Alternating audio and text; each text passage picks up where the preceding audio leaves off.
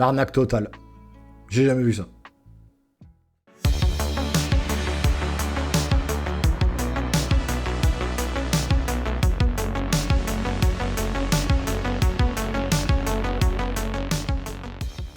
Bonjour les amis, bienvenue sur la chaîne, j'espère que vous allez bien. Vous avez vu ma tête au début, c'est exactement la tête que je faisais quand j'étais devant ce film Expendables 4.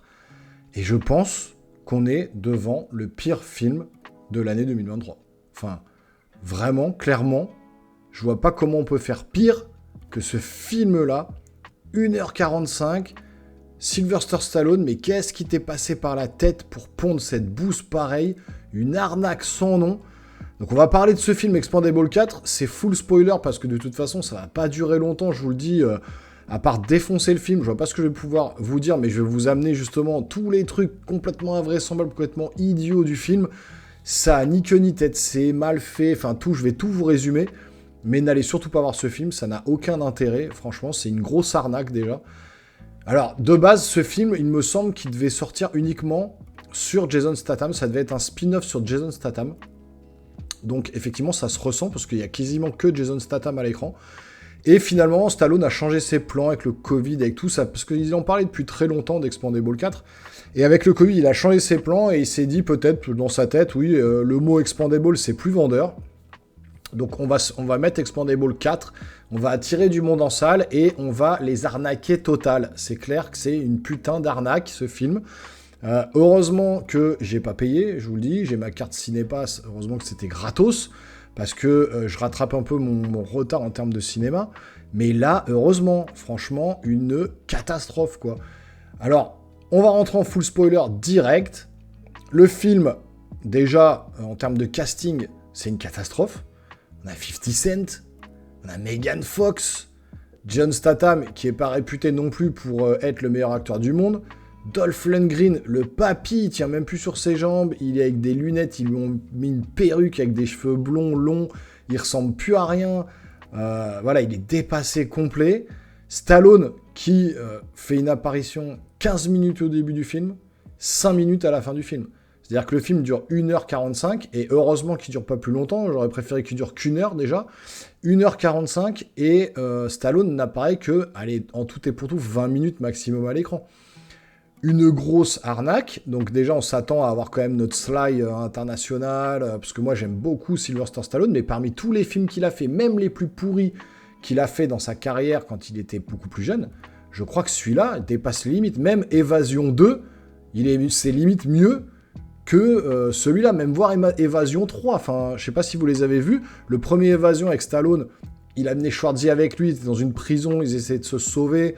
C'était pas mal, milieu carcéral, un peu science-fiction, mais je trouve que l'idée de rassembler les deux vieux gars du cinéma d'action, ça marchait bien. Le Évasion 2, c'était nul. Le Évasion 3, c'était pour le marché chinois, c'était une catastrophe, mais je crois que même, je préfère encore regarder Évasion 2 ou Évasion 3 que Expendables 4. Enfin, moi, j'ai adoré les premiers Expendables. Voilà, je suis un vieux de la vieille, j'ai 42 ans, j'ai vécu avec toutes ces grandes stars américaines, des films d'action. Stallone, Schwarzy, Bruce Willis, Chuck Norris, il avait ramené Van Damme, Harrison Ford, Mel Gibson, voilà, il a ramené tout le monde dans sa besace dans les films Expendables, et à chaque fois, il mettait la barre plus haute, il amenait encore des personnages différents, des acteurs qui avaient signé un gros cachet pour venir jouer, quand même revoir Bruce Willis et Schwarzy et Stallone sur le même écran, c'était juste énorme, les trois mecs de films d'action vraiment des années 80. Donc il avait réussi, il avait réussi son pari de ramener tous les super gros acteurs américains de l'époque, de la vieille époque, dans des films comme ça qui, à chaque fois, montaient le level, quoi. C'était toujours plus explosif, plus impressionnant, plus machin. Même si le 3, il a amené quelques jeunes, justement, pour redonner un peu de jeunesse à toute cette équipe, c'était pas le meilleur, mais il y avait quand même de bons acteurs. Franchement, ça allait, quoi. Là, il nous ramène 50 Cent, s'il vous plaît. Megan Fox, quoi. La meuf, c'est une bimbo. Je crois qu'elle tire pas une bastos, ou elle en tire une ou deux. Elle fait que de se balader en jean moulant et à montrer sa poitrine et ses nibards et son cul à tout va à l'écran. Ça n'a aucun intérêt. La meuf n'est pas crédible une seule seconde. C'est complètement nul. Elle prend la tête quand même des Expendables, parce qu'il faut savoir que dès le début du film, Stallone va chercher Jason Statham. parce qu'il a besoin de lui pour récupérer sa bague dans un bar, quoi, s'il te plaît. Et en fait, le mec ne peut pas se défendre tout seul. Donc il va chercher Jason Statham parce qu'il est un peu plus vaillant. Et rien que là, déjà, le début de la scène, ça commence comme ça. Jason Statham est derrière, dans sa maison. Il ouvre la porte. Stallone est derrière. La caméra filme Stallone. Et là, on voit même que là, c'est un fond vert, quoi. C'est-à-dire que le gars, tout a été filmé en décor. Il s'est même pas fait chier à filmer dans une vraie maison et puis un vrai décor avec une vraie rue derrière, machin. Ça se voit. Stallone à l'arrière, plan, c'est un fond d'écran, c'est un fond vert, c'est ce que vous voulez. C'est des effets numériques, c'est mal fait, dégueulasse, ça n'a ni queue ni tête. Jason Statham est maqué avec Megan Fox. Voilà, il y a une espèce de baston entre les deux, enfin c'est n'importe quoi. Et finalement, Jason Statham se fait virer de l'équipe des Expendables parce que il a fait de la merde. Dans le bar, il se tabasse avec les mecs en lançant des vieilles blagues à 2 balles, mais c'est pire que même les blagues des années 80 qu'on connaissait. Tout sur un décor en pâte à modeler, ça se voit qu'il n'y a pas de budget, que ça a été trop mal fait. Et finalement, Stallone reprend les armes avec la vieille équipe qui monte ensemble, là, l'équipe qui est nulle, hein. Ça dit en passant, toutes les 5 minutes, les mecs se font attraper, enfermés dans une prison, ils se font enlever les armes et ils n'interviennent pas. En gros, on les voit, pareil, on doit les voir 10 minutes à l'écran, les Expendables, et Expendables au shot, quoi. Les mecs sont nuls à chier, ils tirent pas un coup de feu correctement, ils touchent personne, ils se font attraper tout le temps dans le film. Donc, on va se reposer sur qui? Sur Jason Statham, parce que quoi? Stallone meurt au bout de 15 minutes. C'est-à-dire qu'il y a un avion, son avion s'écrase, et là, c'est invraisemblable. Putain, mais je sais même pas comment vous dire. L'avion s'écrase, donc normalement quand un avion s'écrase, tout explose, on retrouve rien du tout dans l'avion. Là, l'avion s'écrase, John Statham court pour aller retrouver son Barney, genre « Ah, Barney, t'es mort, mon Dieu !» La carlingue est pétée, on voit le cockpit ouvert, ça flambe, et on voit voilà, un espèce de squelette à moitié de chair et de sang, complètement défiguré, on reconnaît pas que c'est Stallone, et du coup on se doute qu'il est pas mort, et avec sa main comme ça, et sa bague qui est même pas brûlée, et Statham qui récupère la bague en mode « Oh Barney, je vais te venger !» Mais j'étais là, franchement, j'étais comme ça, et je me disais « Mais à quoi je suis en train d'assister ? À quoi je suis en train d'assister ? Qu'est-ce que c'est que cette bouse ?» J'ai eu du mal à aller au bout, j'ai failli arrêter, mais pour vous faire la critique, je suis allé jusqu'au bout. Le film se passe finalement au bout de 1/4 d'heure. Ils doivent intervenir sur un bateau géant, un cargo, pour empêcher des têtes nucléaires d'être lancées. C'est nul, avec un vieux rebondissement où l'agent le chef des Expendables, en fait, de la CIA, bah, c'est le gros méchant, mais c'est cousu de fil blanc, on le voit arriver à 15 km, le méchant est pas charismatique, c'est nul. Et finalement, bah, Stallone, il est soi-disant mort, les Expendables arrivent sur le bateau, et voilà, ils arrivent à tuer personne, ils se font capturer au bout de 30 secondes, parce que ils font trop de bruit, et ils parlent trop fort dans le bateau, enfin c'est invraisemblable, et là Statham déboule, et là voilà, et là on voit le film de Statham, donc on comprend que ça devait être un spin-off sur Jason Statham. Jason Statham arrive, alors lui par contre il bousille, mais tout le monde, tout le cargo, tout l'équipage du cargo, il le bousille, il tue tout le monde, super, le mec est trop fort. Et puis à la fin, bah finalement, combat final contre le méga boss, et puis bah il est dans la merde, et qui arrive avec un hélicoptère, Stallone qui dit bah non en fait il fallait que je fasse sortir la taupe de son trou, et je savais que c'était un mec de la CIA mais je savais pas qui, alors j'ai simulé ma mort et je t'ai fait croire que j'étais mort, finalement on a réussi à l'avoir, super, allez fin de la mission, on va boire un verre dans le bar, et on fait ça, ils vont dans le bar, ils nous ouvrent une bière, fin du film. Et là on est là comme ça, bouche bée, et je me suis dit mais oh mon Dieu, quoi. Les effets spéciaux, une catastrophe, même dans le bateau, tout ça.